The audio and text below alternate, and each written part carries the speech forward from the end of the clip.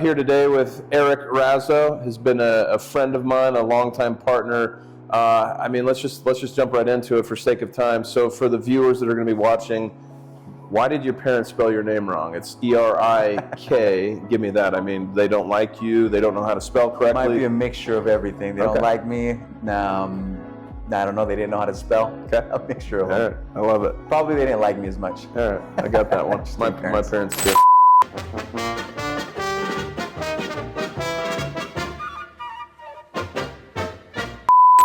Second thing, born and raised here. Kind of give me a little bit about you. And So born in LA, raised here in Utah, Okay. and I've spent since I was 3 years old in Utah, so I know Utah. Okay. This is home. Okay. Yeah. And from me, I mean, the first time I met you, blown away by, if I was to describe you, right, you're a grinder, right? You're out there, you're making moves. So tell me about kind of the first time, because you had a little entrepreneurial spirit in you early on. What was the first little entrepreneurial adventure for you? Probably when I was like 14, 15, started throwing parties and events. Started out as house parties. We realized that my group of friends and I, we knew a lot of people from different schools. We each went to different schools. Packed a house one day. It was actually my parents' house, the basement. We had a line all the way around the corner. Parents know about it or no? They knew about it. They approved it. I even asked them, "Are you sure we can invite everyone?" They said, "Yeah." I don't think any of us realized what everyone really looked like. But after that, we were like, wow, we can maybe charge a couple dollars and make some money. And then next thing we know, we found someone to mentor us on how to book a venue, how to get people to trust us at the ad age. And from there, it just turned into concerts, turned into marketing, turned into bigger artists. Then after that, I got into Stone and yeah. Tell me on the Stone thing, because we both kind of connect on that, right? Me on the wholesale side, you on the fabrication side. How did you get your start in Stone and fabrication, and kind of tell me from the start to now, right? What's that process been for you? Yeah, so the way, and from my eyes, from my perspective, it was all just miracle. Because my dad and I, he used to be a plumber, and I used to help him out with plumbing. And we would go door to door. He would do all the talking, all the knocking. I would just stay in the car, try and help wherever I could, however I could. And from what I understand is he knocked on a door to someone that owned a fabrication shop. And that just happens to be someone that I work with right now. His name is Ricardo Passos. And it was his brother. Long time ago, my dad and his brother, Ricardo Passos' brother, became friends. Started going to church. And that's when like the miracles, in my opinion, started to happen. It's like, okay, we got closer to God. Parents got closer to God. And then as that happened, he then was able to buy the business or something. Never got into the weeds of how that happened, but essentially we just took over the business, and I eventually learned what my dad had learned. And yeah, that's how it happened. And then I fell in love with it. So that's awesome. Yeah. So talk a little bit about the growing up side, kind of, your entrepreneurial spirit, and then we kind of transition into the fabrication side of it when you became a Stone nerd, which it's always referred as Stone nerd. If anyone calls it different, they are wrong. That's the exact terminology for it. So from that side to now, obviously you've been through, a family-owned company with your dad, and then you kind of transitioned to this professional side, moving to a different company and kind of doing a few different things. So without going into details on a ton of that, tell me where you see the market for fabrication in Utah. What are we currently doing well? Where do you think like the opportunities are? Because some of this is going to be faced at fabricators, designers. So I kind of want to get their take, because we're going to do this coast to coast, right? Because I love to go everywhere. Tell me more on that. Where do you see Utah's opportunities? And then give me a little bit about where we're currently strong in fabrication. Utah, I mean, there's so much building going on here. There's so much multifamily work. There's so much builders, big and small. So if you really want to do good here in Utah, you just need to learn how to get competitive, get aggressive, and adapt. I think that's the biggest thing. I'm sure you'll probably think that this is the same thing in any market. You got to learn to adapt. But in Utah, since there's so much work, there's also a lot of sun to shine for a lot of people. You want to start a fabrication shop, then you're going to find work because there's so much of it. But you need to learn to be adaptable. You need to just change, because what's happening is a lot of fabricators, well, maybe not a lot, maybe a handful, but it's still enough portion for it to cause a ripple effect, is they're learning how to work with multifamily projects. Yep. When you get into multifamily, you learn how to also get into more aggressive prices that maybe you thought weren't possible, but they are very possible. Yep. So that's where I see it going, especially with some of the projects we got going on, even in this area with the potential Major League Baseball stadium that's coming with 5,000 units, apartment units, townhomes that are happening all within that area. Yep. And that's projected for the next 10 years. Yep. So even though the economy, from what we hear, because I'm no expert at that, but from what we hear, what we see, it's really high interest rate.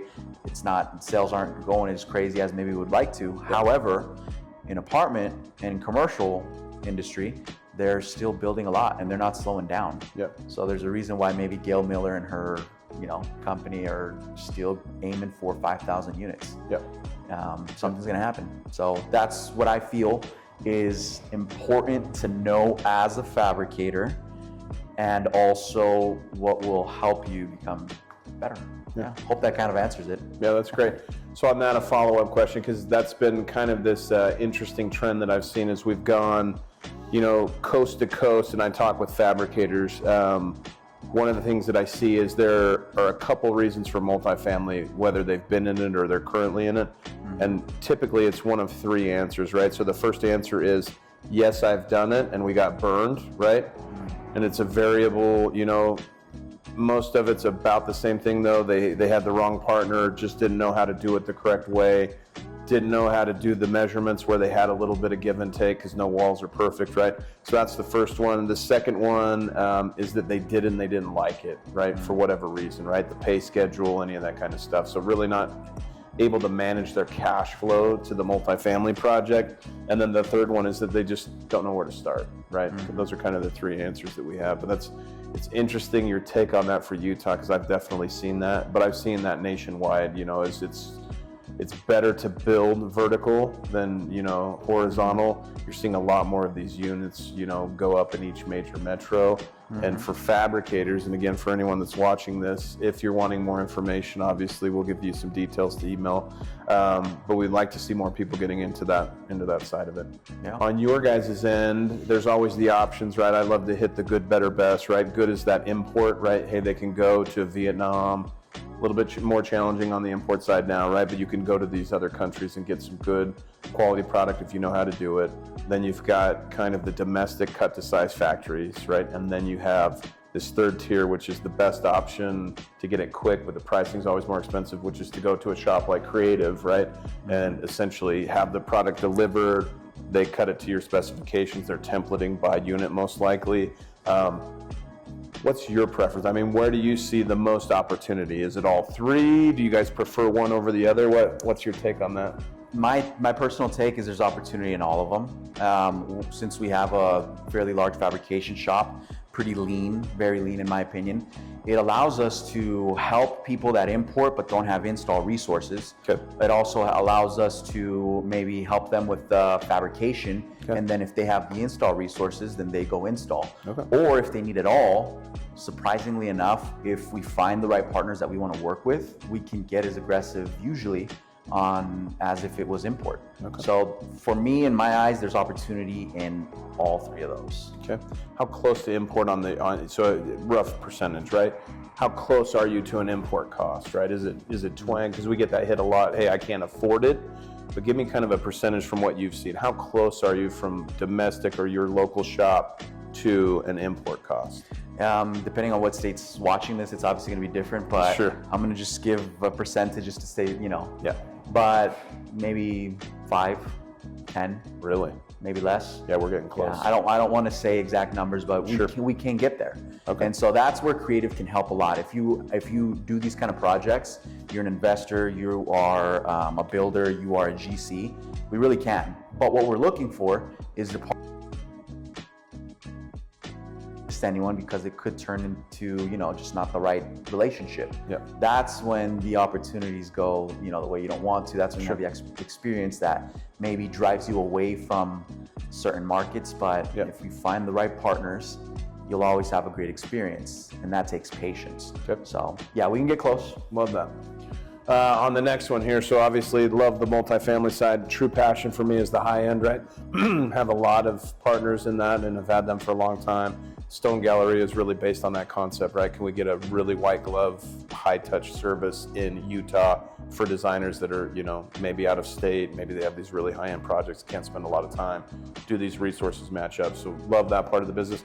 Where is that on your end? Are you seeing more of that potential in Utah? Is Creative currently doing any of that type of work? Give me a little bit more on that. Yeah, definitely the potential's here. Okay. There's a lot of hidden gems here where you have neighborhoods where houses hit over 30 million, and you don't hear about these, you don't see these in the magazines, but Sure. they're there and they're getting built. So can Creative help out with that? Yes, we currently do help out with those. But our strong suit has always been builders production work. Okay. However, since we are wanting to grow, that's one of our goals, is to always grow, but also maintain a good service. Yeah. We are slowly working towards that. We're refining our processes. We're teaching our teams to become better, more responsive. Yeah. And we've got more salespeople now that have a variety of experience from commercial to high end. So can we do it right now? Yes, we can. Are we the greatest at it? No, but we do feel that we'll get a lot better very soon. Love it. Very honest answer. I love that. Any other parting words for anyone that's looking in? It's possible to really make money in this, especially if you decide to commit. That's the main thing it takes, and that's across the board in anything you do. You decide to commit to something, you're gonna get great at it. But if you don't commit, you'll always be mediocre at it, and you might not ever like what you're doing. So decide, analyze, decide, commit, follow through. That's the main thing. Awesome. Mr. Razzo, thanks for joining us, buddy. Thank you, Mr. Rapp.